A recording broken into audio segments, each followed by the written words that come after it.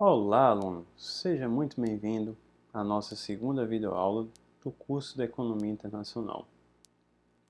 O objetivo da aprendizagem desse capítulo 2 é entender como o valor do comércio internacional está conectado ao tamanho da economia de um país. Compreender o impacto da distância nas relações comerciais a nível internacional. Há uma tendência de quanto maior a distância, menor é a interação comercial.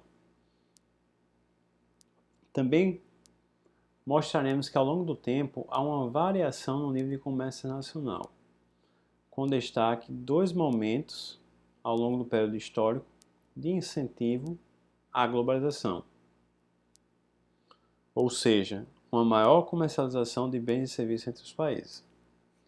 Por fim, o quarto objetivo deste capítulo é entender que a cesta de bens e serviços intercambiada a nível internacional ela se altera com o tempo. Não há um padrão de comportamento contínuo ao longo do tempo. Iniciando, portanto, o capítulo 2. A primeira pergunta que é colocada no capítulo 2 é quem negocia com quem?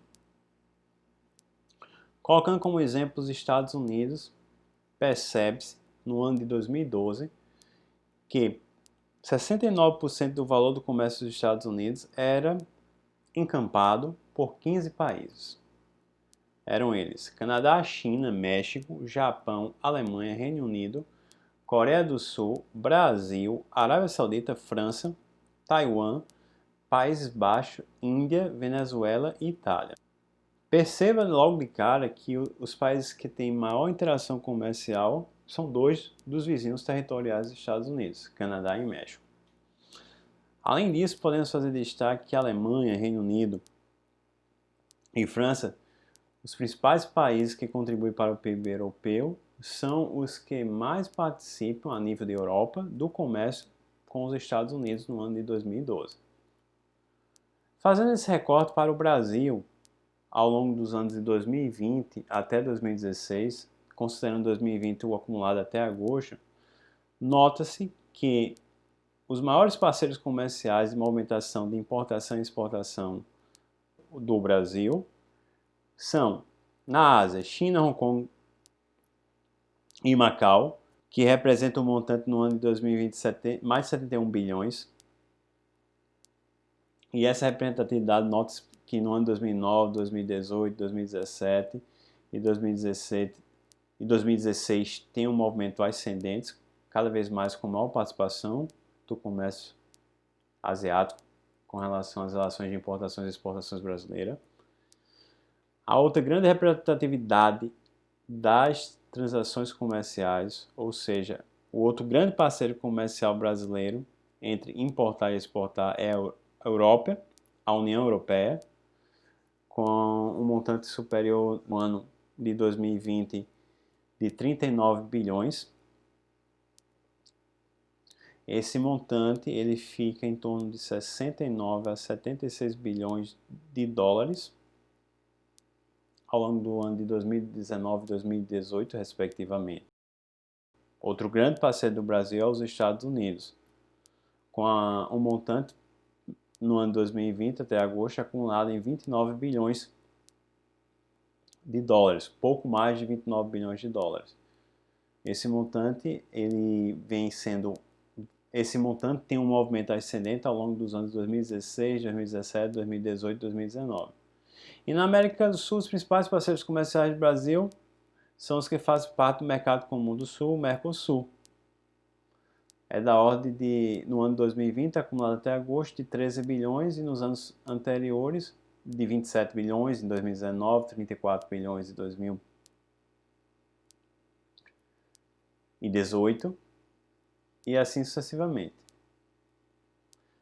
Se formos fazer o recorte para as principais origens das importações para o Brasil em 2019, temos que o Brasil importa mais da China, em seguida Estados Unidos, Argentina, Alemanha, Coreia do Sul, Índia, México, Japão, Itália e Rússia. E por sua vez o Brasil exporta mais para a China, Estados Unidos, Países Baixos, Argentina, Japão, Chile, México, Alemanha, Espanha e Coreia do Sul. A pergunta que fazemos agora é se o tamanho importa. Para isso, vamos fazer uso do modelo de gravidade. Verifica-se empiricamente que há uma relação entre o volume de comércio internacional, tratando-se de importações e exportações, e o tamanho da economia que está sendo analisada. Por exemplo, no ano de 2012, a magnitude da participação comercial dos países europeus, da Europa Ocidental, nas relações comerciais com os Estados Unidos, ela foi semelhante à participação que esses países têm no PIB europeu ocidental. Isso é possível ver no gráfico da figura 2.2. Quando a gente coloca no eixo vertical a porcentagem do comércio dos Estados Unidos com a União Europeia e no eixo horizontal a porcentagem que esses países contribuem para o PIB da União Europeia. Note que quanto maior o PIB da nação europeia, maior é a participação no comércio americano. A Alemanha que tem maior destaque, seguido por Reino Unido, França, Itália, Países Baixos e assim sucessivamente. Então, tratando especificamente do modelo de gravidade, ele é inspirado na lei de Newton da gravidade, que afirma que a atração gravitacional entre dois objetos é proporcional ao produto das suas massas e diminui com a distância. Dessa forma, tratando do ponto de vista econômico, podemos afirmar que o comércio entre duas nações, representado por T e J, nação I e nação J, será igual à multiplicação dos PIBs da nação I e da nação J, multiplicado pelo termo constante, que reflete a variação das outras variáveis que podem influenciar no comportamento das transações comerciais a nível internacional, e tudo isso dividido pela distância do país I para o país J. Ou seja, o produto do país contribui positivamente para o aumento do comércio da nação e a distância que esses países encontram-se contribui negativamente. A relação é inversa, está no denominador.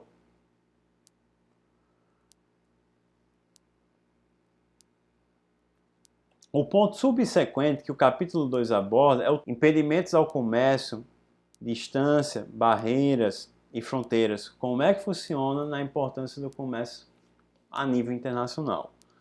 O fato é, mais próximo o país é, maior será o volume de comércio. Isso está representado graficamente na figura 2.3. Canadá e México são os vizinhos fronteiriços dos Estados Unidos. E a porcentagem de participação do Canadá e México no comércio internacional dos Estados Unidos é bem superior aos países europeus, mostrando, logo de cara, que a distância influencia no comportamento das transações internacionais. Maior proximidade há uma tendência de ter maior volume de comércio internacional entre as nações. Além disso, tratando especificamente de Estados Unidos, México e Canadá, que são vizinhos, tem a característica de um acordo comercial que foi firmado a partir de 1994, o NAFTA. Esse NAFTA ele retira as barreiras à comercialização, ele remove os empecilhos que a circulação de mercadoria pode gerar, por exemplo, como taxas, cotas de importação, e dessa forma permite um fluxo mais rápido de mercadoria. Todavia, cabe o destaque o comércio dentro do país, o intra-estado, intra-unidades administrativas internas, o comércio entre as unidades administrativas internas do país, ele tem um volume maior do que qualquer outro nível de comércio nacional, em se tratando do Canadá, em se tratando dos Estados Unidos. O segundo ponto que aborda o capítulo 2 é quanto à questão do padrão de mudança do comércio mundial. A primeira pergunta que ele coloca é se o mundo ficou menor. É fato, o progresso dos meios de transporte e de comunicação permitiram a redução das distâncias, permitiram a troca de informações mais rápido, permitiram o deslocamento de produtos mais rápido. E isso basicamente interfere na questão do custo. Menor custo de transporte, menor custo de comunicação, maior facilidade de interação comercial a nível internacional. Destacadamente, isso ocorreu nos dois períodos de globalização. No primeiro período de globalização, entre o período de 1840 a 1914, após a primeira Revolução Industrial com o surgimento das ferrovias e navios, inovações do ponto de vista de transporte e deslocamento de mercadorias e pessoas, e o telégrafo, meio de comunicação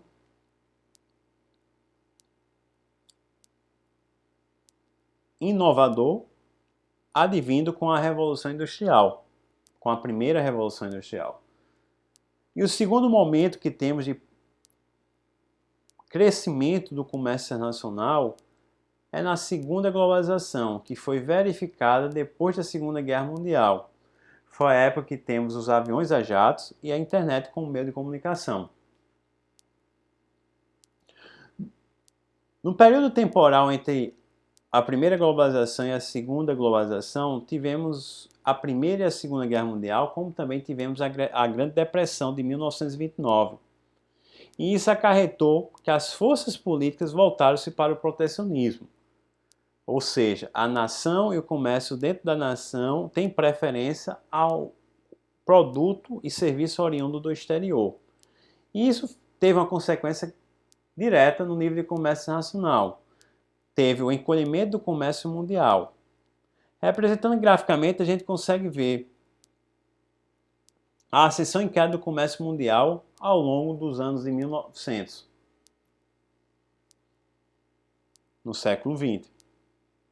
Perceba que o nível registrado no início do século XX, 1900, 1905, ele só chega a esse mesmo patamar após o período de protecionismo por volta dos anos de 1970, e desde então apresenta uma dinâmica ascendente no volume de relações entre comércio, de manufaturas e de produção.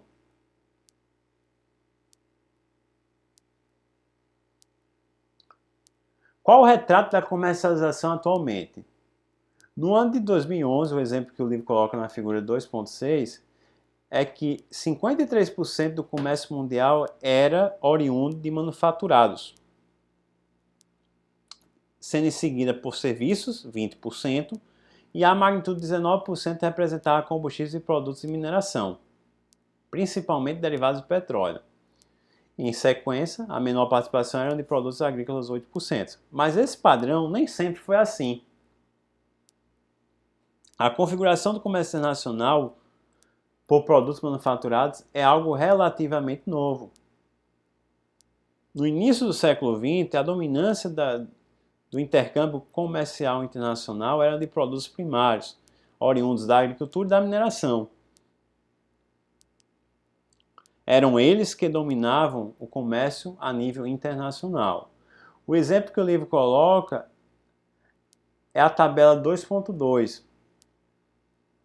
que mostra que as interações comerciais representadas pela manufatura a nível de importação no Reino Unido e a nível de exportação e importações eram menores do que o registrado no ano de 2011, que passou a ser dominante tanto no Reino Unido quanto nos Estados Unidos.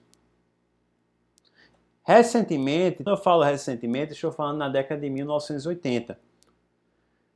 Os países em desenvolvimento são os países de terceiro mundo. Nesse período, a partir da década de 1980, os países de terceiro mundo passaram a aumentar a exportação de bens manufaturados. Passaram a colocar a nível de comércio nacional uma maior quantidade de bens manufaturados. O destaque que é feito é para a China, que agora no século XXI, nos anos 2000, mais de 90% dos bens manufaturados, que agora no século XXI, a magnitude de bens manufaturados no comércio nacional representa 90%. Todavia, em 1980, representava apenas 20% do comércio internacional da China. Krugman representa isso graficamente na figura 2.7 na página 17. O ponto subsequente do capítulo é offshore de serviços, ou seja, a terceirização. O livro destaca que uma nova modificação na distribuição da participação do comércio internacional, ou seja, as participações de bens manufaturados, serviços e bens primários, ela pode vir a alterar, na perspectiva de maior participação dos serviços que possam ser oferecidos por maneira eletrônica, principalmente no pós-pandemia do Covid-19. Um exemplo disso são os call centers. Uma cidade que tem bastante serviço de call center é Bangalore, na Índia. Lá, o atendimento telefônico é responsável por tirar dúvidas e ajudar centenas de solicitações de usuários espalhados ao redor do mundo. Dessa forma, a gente pode perceber se esse movimento continuar do aumento ou incremento da participação do setor de serviços a nível internacional, isso vai resultar numa competição internacional entre os trabalhadores de diferentes nacionalidades que ofertam o mesmo serviço. Jensen e Kletzer, em 2005, apontavam que 40% dos postos de trabalho nos Estados Unidos podiam ser feitos com distância do público, com distância do cliente. E isso é um importante indicativo para que, no futuro, tais serviços deixem de ser oferecidos dentro da territorialidade dos Estados Unidos, ou seja, dentro do espaço geográfico dos Estados Unidos. Portanto, terminamos o assunto do capítulo 2. Podemos aprender o valor do comércio internacional e a sua conectividade com o tamanho da economia. Economias maiores tendem a participar mais efetivamente do comércio internacional. A distância impacta de maneira negativa no nível de comércio internacional, ou seja, maior distanciamento entre países tende a ter um menor nível de volume de comércio internacional. O padrão de comércio internacional ele varia ao longo do tempo. E o padrão atual não foi o padrão passado e pode não ser o padrão futuro de comércio, em que novos produtos ou novos serviços tenham maior participação na distribuição do volume do comércio internacional. Portanto, as cestas de bens e serviços trocadas a nível internacional podem alterar ao longo do tempo. Após a videoaula do capítulo 2, sugerimos a leitura do capítulo 2, a realização das atividades propostas e a leitura dos capítulos subsequentes, 3 e 4. Bons estudos, até a próxima videoaula.